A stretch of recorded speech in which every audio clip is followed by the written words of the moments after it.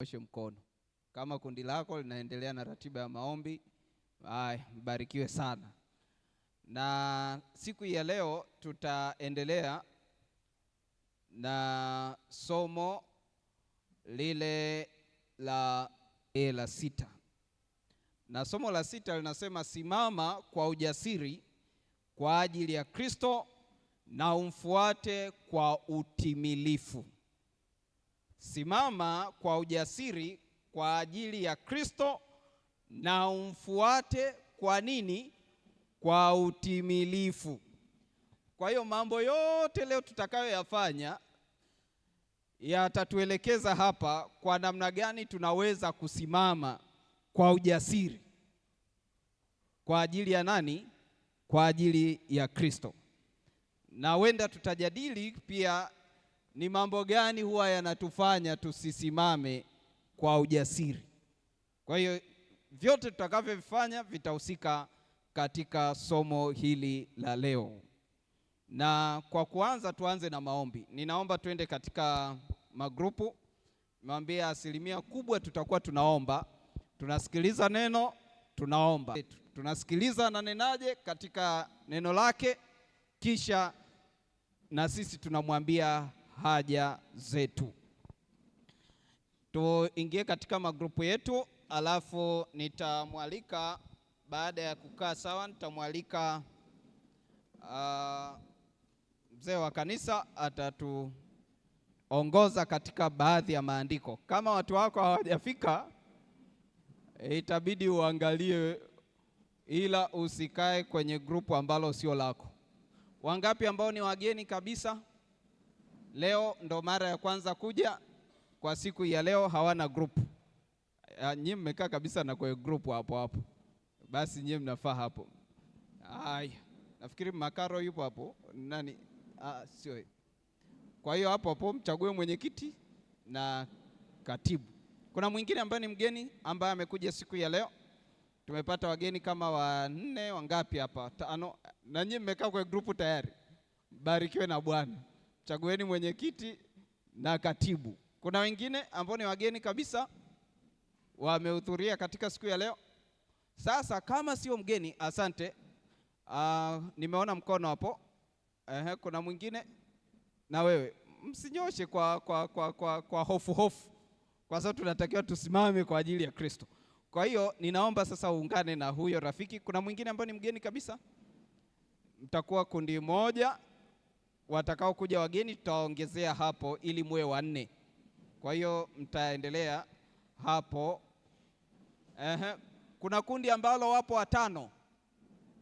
Wanyooshe mkono kama kundi lako mpo 5. Mmoja atoke aende akaungane na hilo kundi, na hapa mmoja atoke watimie 4. Tunataka 4 kwa sababu ratiba yetu kwa jinsi inavyokwenda, au tukizidisha watu wengi zaidi. Ni wageni wangapi ambao si wa Adventista wa Sabato? Ninaomba kama wapo wanyoshe mkono. Okay, asante sana marafiki zangu. Sasa ninyi ni wagawe, ni waunganishe katika makundi ili iwe rahisi kwenda na nani yetu. Ninaomba mmoja aende pale kwa Mwaitete. Simama tu rafiki yangu mmoja hapo, nikuelekeze pa kwenda. Ninaomba unyoshe mkono mzee Mwaitete, utakwenda hapo. Mwingine? Okay, naomba mmebaki wangapi hapo ambao sio Adventista wa Sabato? Nione mikono yenu. Mpo 3. Nitawatoa 2 ili abaki mmoja. Naomba mmoja, mzee wangu Johannes Kerenge, naomba uwe na mmoja hapo. Alafu mwingine ataenda nione pa kuelekea. Ninawaangalia sura ambazo nazifahamu zaidi. Hapa naona mpo wengi kwa mzee wangu hapa, mpo wengi sana. Au wote hao unatakiwa mbaki 4. Hapo au ni magrupu mawili? 2 ni wageni. Sasa wageni nitawagawa, kama wageni wapo 2, mmoja nitampeleka mahali pengine. Ninaomba mgeni mmoja aje kwa mzee Peter hapa. kati ya wale pale ambao wamebakia, mmoja aje. Sawa, hata na wewe ukija, njoo tu na wewe, njoo na wewe hapa. Mzee Peter, utakuwa na wageni wetu hao. Okay, jitahidi kufanya vile ambavyo tunavifanya, vitakusaidia sana kwa maisha yako ya kiroho. Ukiambiwa omba, omba. Ukiambiwa soma, soma, na Bwana atakubariki. Sasa kwa pamoja, sasa hivi tunaanza ili tumuombe Mungu kwa njia ya sifa, lakini tutaenda kwenye toba na tutaomba uwezo wa Roho Mtakatifu. Kwa hiyo ninaomba tusimame. Nitamwalika Mzee Zefania tusomee Zaburi ile ya 95 kuanzia fungu la kwanza mpaka la 6. Sikiliza maneno haya kwa umakini kabisa, utafakari maneno haya ya Zaburi 95 fungu lile la kwanza mpaka la 5. Maandiko matakatifu yanasema, ndio, katika Zaburi 95 mstari wa kwanza hadi wa 6 yanasema, Njooni tumwimbie Bwana, tumfanyie shangwe, mwamba wa wokovu wetu. Tuje mbele zake kwa shukrani, tumfanyie shangwe kwa zaburi. Kwa kuwa Bwana ni Mungu mkuu na mfalme mkuu juu ya miungu yote. Mkononi mwake zimo bonde za dunia, hata vilele vya milima ni vyake. Bahari ni yake, ndiye aliyeifanya, na mikono yake aliumba nchi kavu. Njooni tuabudu, tusujudu, tupige magoti mbele za Bwana aliyetuumba. Asante sana. Hapa inaonyesha sifa za Mungu. Yeye ni muumbaji na mengine yote ambayo tumesikia. Kwa hiyo kwa sasa hivi, kwa dakika chache, kila mmoja kwenye kundi amsifu Mungu kwa njia ya ombi. Yaani ataje tu kwamba Bwana, ninakushukuru kwa sababu wewe ni muumbaji. Kwa kadiri ambavyo umesikia mafungu hayo, turudishe sifa kwa Mungu. Usiombe mambo mengine, ila ni sifa tu kwa jinsi Mungu alivyo. Sijui kama tumeelewana. Kwa hiyo tuchukue dakika hizo na baadaye mtasikia wimbo, na ukisikia wimbo tu malizia ombi. Kila mmoja ataomba. Wale ambao ni wageni, nafikiri wenyeji watawaongoza namna ya kuomba, lakini hata wageni waombe pia. Kwa hiyo karibuni katika maombi.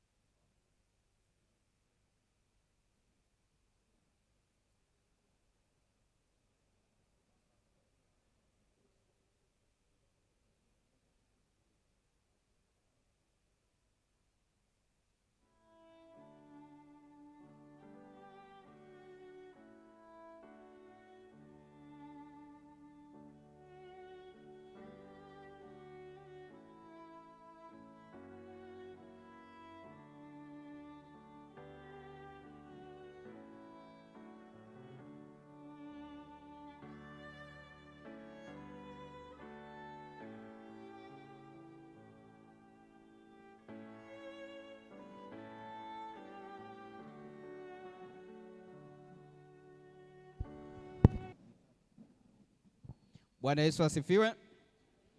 Tunakwenda katika fungu lingine la Mithali 28:13. Mithali 28:13. Katika siku hizi 10 tunasoma, tunaomba. Tunasoma, tunaomba. Kwa hiyo Mithali 28:13.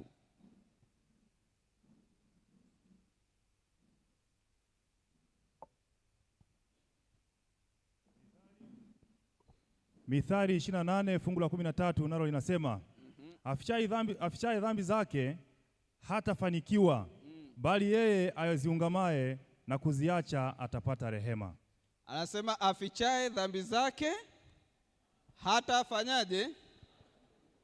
Lakini yeye aziungamaye, sio tu kuziungama, lakini na kufanyaje? Kuziacha, huyo atafanyaje? Na watu wamezoea kuficha dhambi zao. Angalia katika kitabu cha Matendo ya Mitume kile kitabu cha Ellen G. White, Matendo ya Mitume, ukurasa wa 51. Anasema hivi, namna ambavyo wengi tumekuwa tukijificha sana. Kwa muonekano wa nje tunaonekana vizuri, lakini ndani kuna changamoto. Anasema sio ushahidi wa mwisho kuwa mtu ni Mkristo kwa sababu anaonyesha mhemko wa kiroho katika hali zisizo za kawaida. Huo sio ushahidi kwamba tunaonekana Wakristo wazuri kwa nje, lakini anasema huo si ushahidi. Anasema utakatifu sio tukio la mhemko, ni kujisalimisha kabisa kwa mapenzi ya Mungu, ni kuishi kwa kila neno litokalo katika kinywa cha Mungu, ni kutenda mapenzi ya Baba yetu wa mbinguni. Bwana Yesu asifiwe. Kutenda mapenzi ya Baba yetu wa mbinguni. Anasema ni kumtumaini Mungu katika majaribu. Yaani kuna watu wengine majaribu yakija tu basi. Sasa nasema Ukristo huu ambao tunauzungumzia ni kumtumaini Mungu katika majaribu. Sio tu majaribu, lakini katika giza. Hali kadhalika katika nuru. Yaani kwa maana kwamba kuwe na giza, kuwe na jaribu, kuwe na nuru, utabaki kumtumaini Mungu. Anasema ni kutembea kwa imani na si kwa kuona. Unatembea kwa imani na si kwa kufanyaje? Kwa kuona. Na jambo la mwisho ni kumtegemea Mungu kwa imani isiyo na maswali na kupumzika katika pendo lake. Yaani imani isiyo na maswali, kwamba nipo salama, ili mradi tu unajua Bwana ndiye anayeongoza maisha yako. Changamoto zije zisije, wewe utakuwa na amani tele. Ndiyo maana yake hiyo. Sasa kwa sababu afichaye dhambi zake, huyo hawezi kufanikiwa. Muulize Mungu, ni dhambi gani niliyo nayo ambao bado nimeificha? Na muda huu utapiga magoti, utamwambia Bwana, hii dhambi hii nimeamua kuiacha. Wewe unaifahamu. Karibuni katika maombi. Hapa ni mmoja mmoja binafsi, unazungumza na Mungu wako kwamba ikiwa kuna dhambi yoyote ile na wenda unaijua, itaje kwa jina kwamba hii hapa nimeamua kuiacha. Bwana atubariki. Tutatumia dakika 1.5.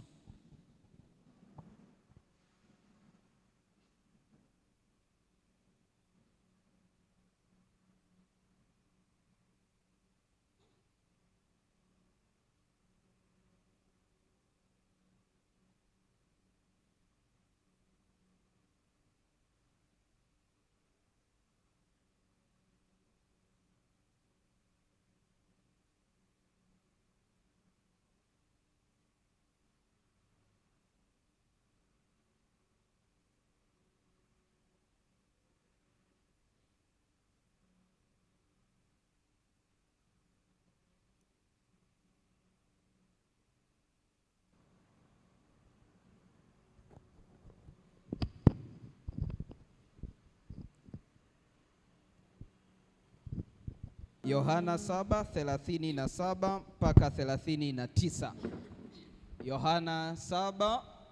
Yohana Mtakatifu 7:37 mpaka 39. Yohana 7 mstari 37 hadi 39, maandiko yanasema, hata siku ya mwisho, siku ile kubwa ya sikukuu, Yesu akasimama akapaza sauti yake akisema, mtu akiona kiu na aje kwangu anywe.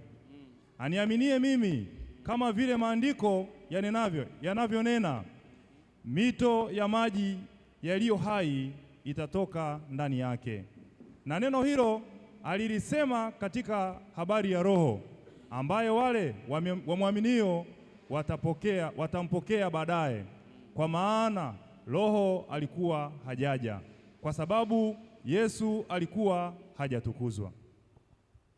Haya, anasema ya kwamba wale wamwaminio watampokea baadaye. Hapo alikuwa anazungumzia habari ya Roho Mtakatifu katika hiyo Yohana, na ni Yesu mwenyewe, ni maneno ya Yesu. Kwa lugha nyingine ni kwamba Roho Mtakatifu kama tulivyojifunza kwamba ni zawadi ambayo tumepatiwa, kumbe ni kwa ajili ya wote wanaomwamini Mungu. Na hivyo katika kundi lako wawili wawili, umwombee mwenzako, Bwana, tunaomba ahadi ya Roho Mtakatifu itimie. Kuamini na ahadi itimie katika maisha ya rafiki yangu, na yeye ataomba kwa ajili yako. Tuna dakika 2, karibuni katika maombi.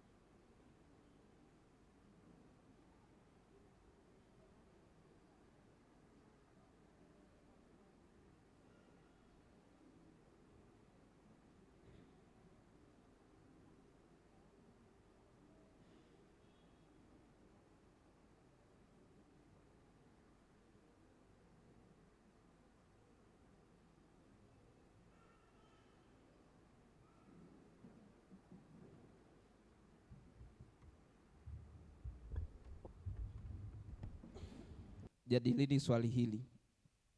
Ni wakati gani na huwa ni wapi huwa unajihisi kuwa jasiri au kuwa na ujasiri zaidi wa kuzungumza?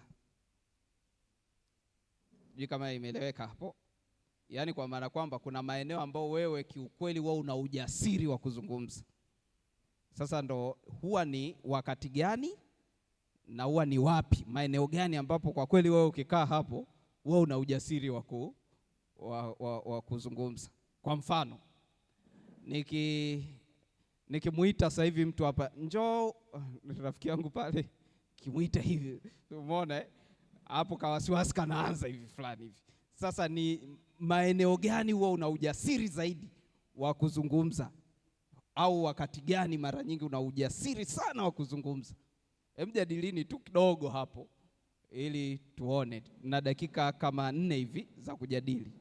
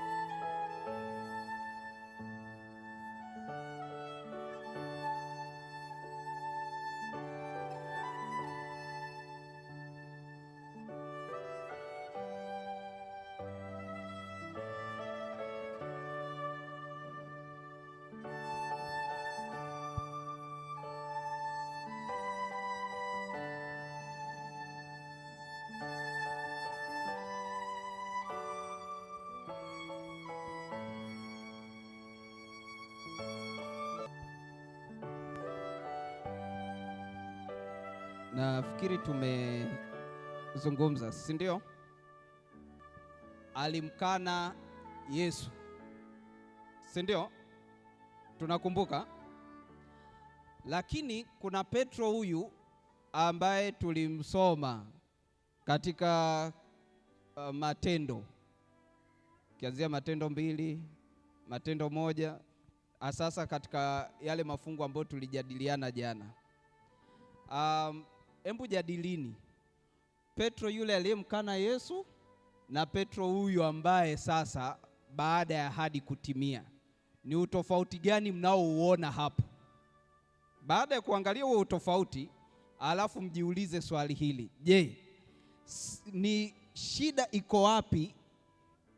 Sisi wenyewe huwa shida inatokea wapi? Tunakosa ujasiri wa kuzungumza habari za Yesu mahali popote. Sijui kama nimeeleweka hapo. Mnaanza kumzungumzia Petro kabla na baada ya kupatiwa uwezo na nguvu na Roho Mtakatifu kuwa ndani yake. Alafu swali ambalo mtalijadili tena ni kwamba je, sisi huwa tunapata wakati gani mgumu au ujasiri unapotea wapi na ni kwa nini? Sasa katika kuzungumza habari za Yesu. Imeeleweka eh? Haya, tutachukua dakika 5 za kujadili hilo jambo. Kwa hiyo hapa sasa hivi ni tutamaliza na dakika 5, saa 12 na dakika 5. Bwana atubariki. Mafungu rejea ni yale ya jana, kwa hiyo mnaweza mkawa mnarejea yale mafungu ambayo tulisema tuende tukasome. Sasa sura ya 4 inazungumzia zaidi.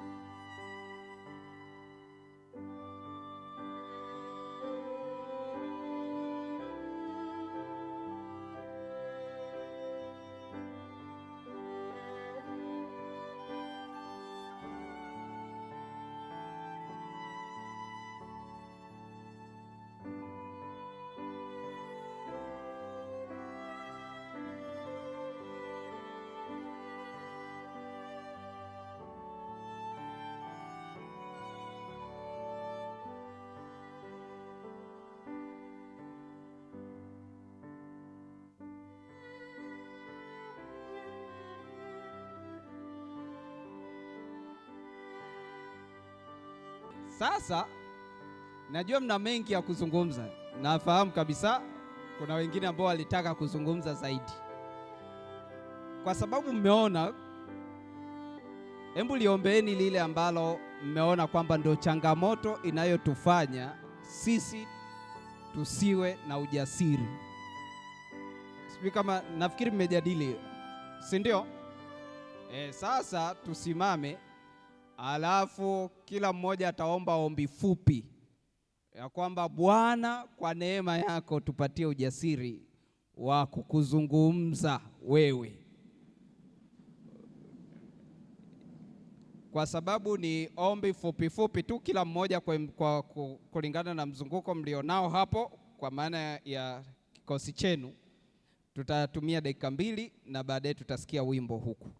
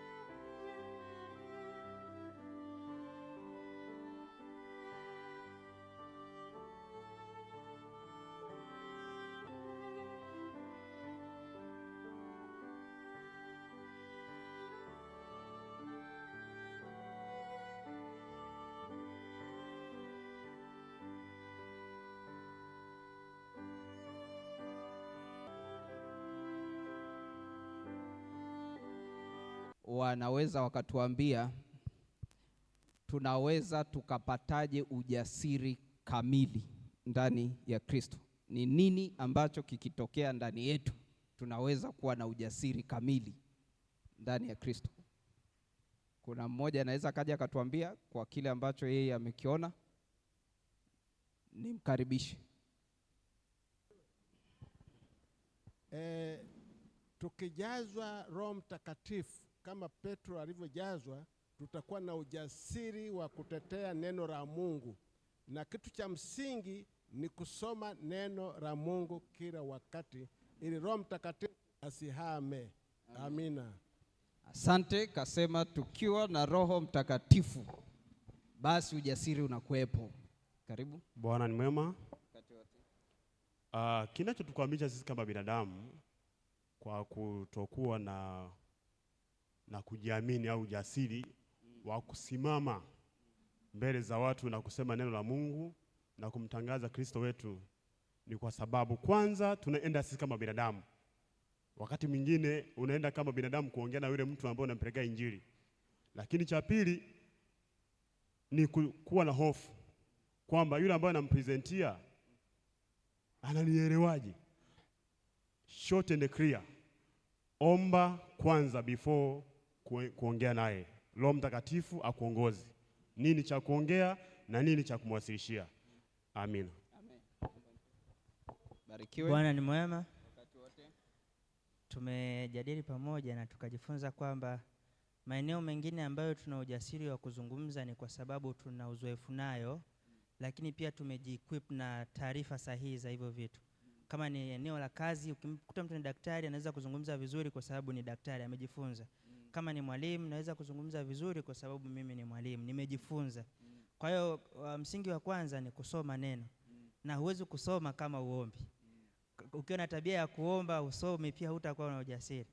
Kwa hiyo mtu yote mwenye tabia ya kusoma lazima maombi yatakuwepo katikati. Hawezi kuanza kusoma bila kuomba, hawezi kumaliza kusoma bila kuomba. Kwa hiyo maombi peke yake hayatoshi. Mtu yoyote ambaye atajenga tabia zaidi ya kusoma atajikuta tayari anaomba, na kwa sababu unapenda kuomba unaweka nafasi ya Roho Mtakatifu kuwepo ndani yako.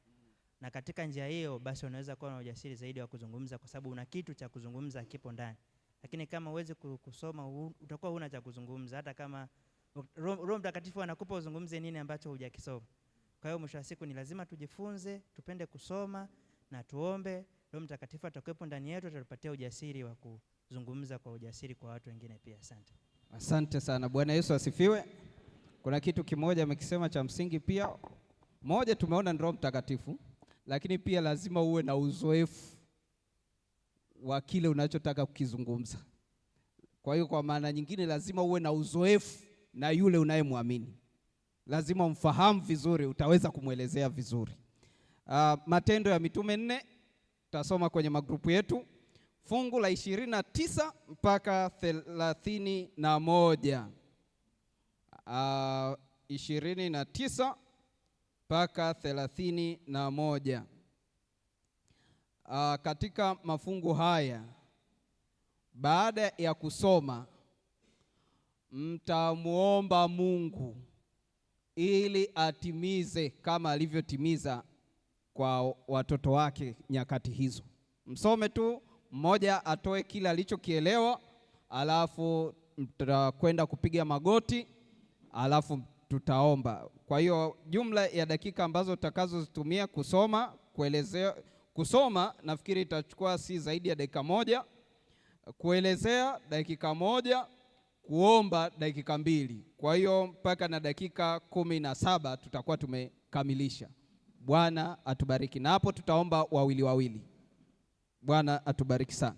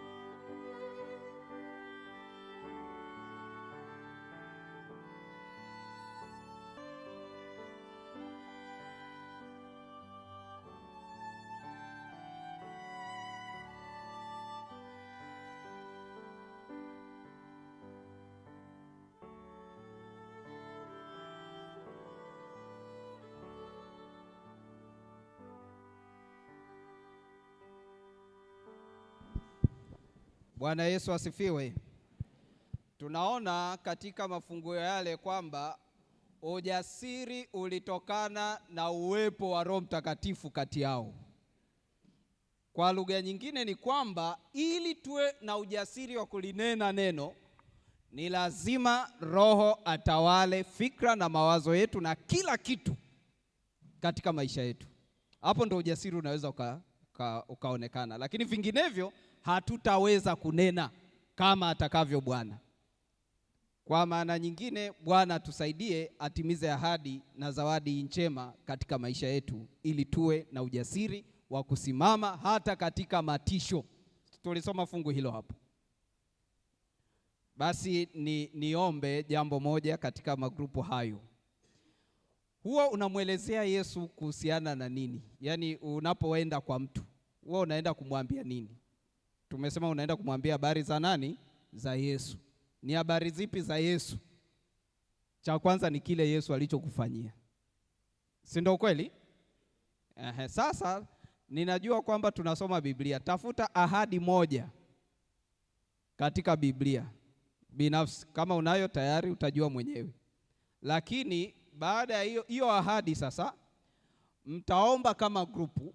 Baada ya kuomba kama grupu, mtakwenda kwenye grupu lingine, kwa maana ya kikundi kingine. Utamwombea Mungu, utamwombea rafiki yako Mungu atimize ahadi hiyo ambayo unaijua, uitaje kabisa. Kwa mfano, tunaelewana? Kwa mfano, Zaburi ya 37 fungu la 5 nasema umkabidhi Bwana njia yako, pia umtumaini naye atafanya. Ahadi ni kwamba atafanya ikiwa maisha ya rafiki yako yatakabidhiwa kwake. Kwa hiyo Mungu atimize pale ambapo rafiki ataamua kuyakabidhi maisha yake kwa Mungu. Kwa hiyo utafute ahadi nyingine yoyote unayoijua kwenye Biblia. Hiyo hatutakupa, tafuta.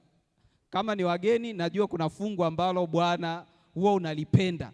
Hilo nenda kaliombe litimie kwa rafiki yako. Ahadi hiyo. Sijui kama tumeelewana. Sasa msilete zile ahadi ambazo zinaweza zikamfanya mtu, si mmenielewa? Ahadi njema nizungumzie. Yani ahadi zote njema ambazo unamtakia mema rafiki yako, ndio hiyo uende ukamwombee ili Bwana aitimize. Bwana tubariki. Mtaomba kwenye kikundi hicho, alafu mtatawanyika. Tutatumia hapa dakika 5, kwa hiyo tuwe sharp kidogo, tunaenda na muda. Bwana tubariki.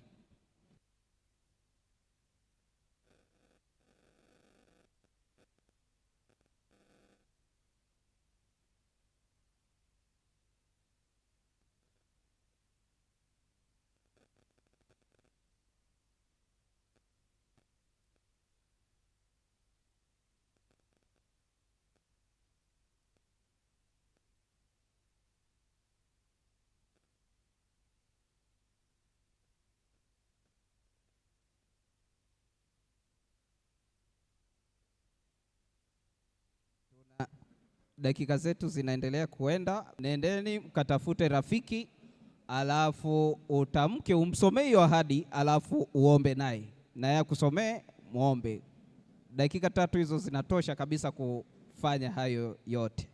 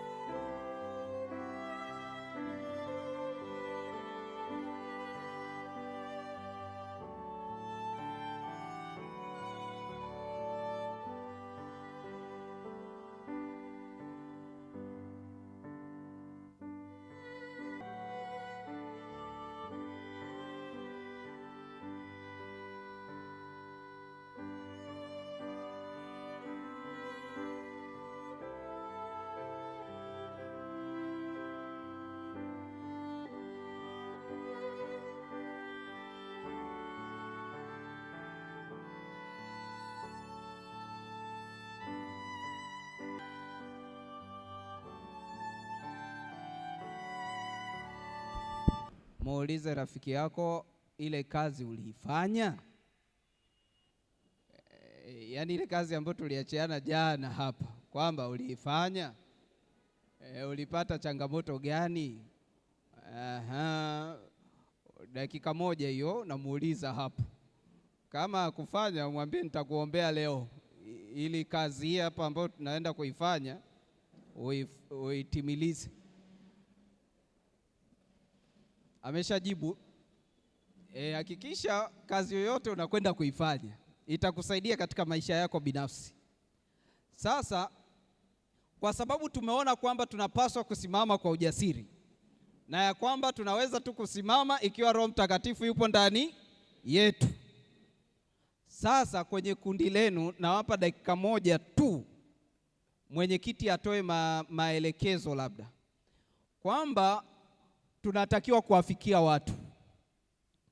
Tuna vitabu, tunaelewana? Tuwafikie kwa njia ya vitabu. Kwa hiyo mwenyekiti, kama utatumia muda huu, nafikiri tuache, mtafanya kesho hiyo, ila mwenyekiti kwa kadiri mnavyoombeana, mnavyopeana taarifa, uwaze angalau upate kitabu kimoja kwa ajili ya yule ambaye unataka umfikie. Si ulienda ukamwombea mtu mmoja upewe? Si mnakumbuka kazi ilikuwepo hiyo ya kumtafuta mtu mmoja? Mnaikumbuka hiyo kazi? Sasa huyo mtu umbariki kwa kitabu. Tunaelewana? Kwa hiyo wenye viti muorganize hilo jambo ili liweze kutimia kabla hatujamaliza siku 10 za maombi, ili hatimaye siku ya Sabato tupate ni vitabu vingapi ambavyo tumevipeleka kwa watu wapate nao kuokolewa. Bwana awabariki sana. Kwa hiyo kazi nyingine utakayokwenda kuifanya ni muombe Mungu. Utaenda uhakikishe kwamba unamuomba Mungu akupe ujasiri wa Kristo ili uweze kushirikiana na wengine kwa kile anachokifanya katika maisha yako. Kama sasa hivi tumeenda kushirikiana kile anachokifanya katika maisha yako kwa ahadi. Kwa hiyo pia uendelee kumwomba Mungu ili akupe ujasiri katika hilo. Lakini pia umwombe Mungu akuongoze kupitia Roho Mtakatifu kumwendea mtu anayehitaji kusikia ushuhuda wa kile Yesu anacho kufanyia katika maisha yako. Sasa huu ujasiri wa kumwendea mtu, ndio maana nikasema unaweza ukamwendea pia kwa kitabu. Tumeelewana eh? Bwana akusaidie katika hilo. Na utasoma Matendo sura ile ya 2 fungu la 17 pamoja na fungu la 18. Alafu utasoma Matendo sura ya 4 fungu lile la 24 na fungu lile la mpaka fungu la 31. Nimesema Matendo 2:17 na 18, alafu Matendo 4 fungu la 24 mpaka la 31 kwa ajili ya somo la kesho. Tusimame tuweze kuomba.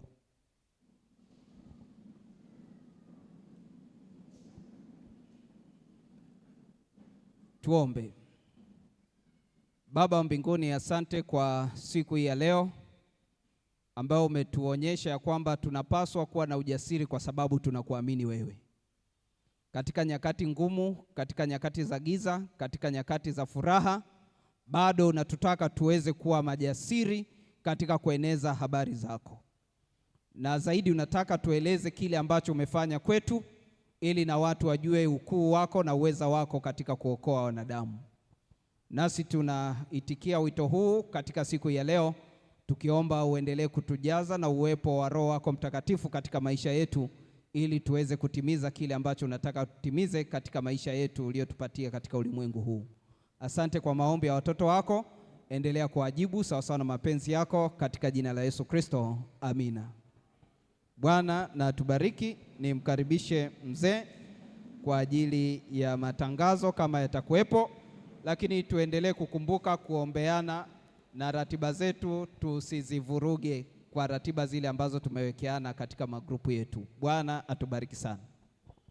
Bwana Yesu asifiwe. Mchungaji, Mungu akubariki sana. Kiukweli binafsi mimi nabarikiwa. Wangapi wanabarikiwa? Mungu wa mbinguni azidi kutukuzwa. Tunazidi kubarikiwa kila itwapo leo. Basi matangazo tulionayo, wangapi wanajua kwamba kuna effort kwa njia ya radio? Wote tunajua kwamba kuna effort inaendelea kwa njia ya Radio Morning Star. Basi tunaendelea kuwasisitiza sana. Tuendelee kusikiliza effort hiyo au mahubiri hayo yanayorushwa kutoka Morning Star yanayoanza saa 3 kamili za usiku hadi saa 4. Lakini si tu kusikiliza, bali tujitahidi pia kualika wageni. Tualike wageni ili nao waweze kubarikiwa. Kwa hiyo iwe ni kauli mbiu yetu kwamba kila mmoja atakapotoka hapa aalike mtu angalau mmoja tu na kumkumbusha kuwa kuna mahubiri yanaendelea katika radio ya Morning Star. Naamini kwa kufanya hivyo kila mmoja wetu atabarikiwa.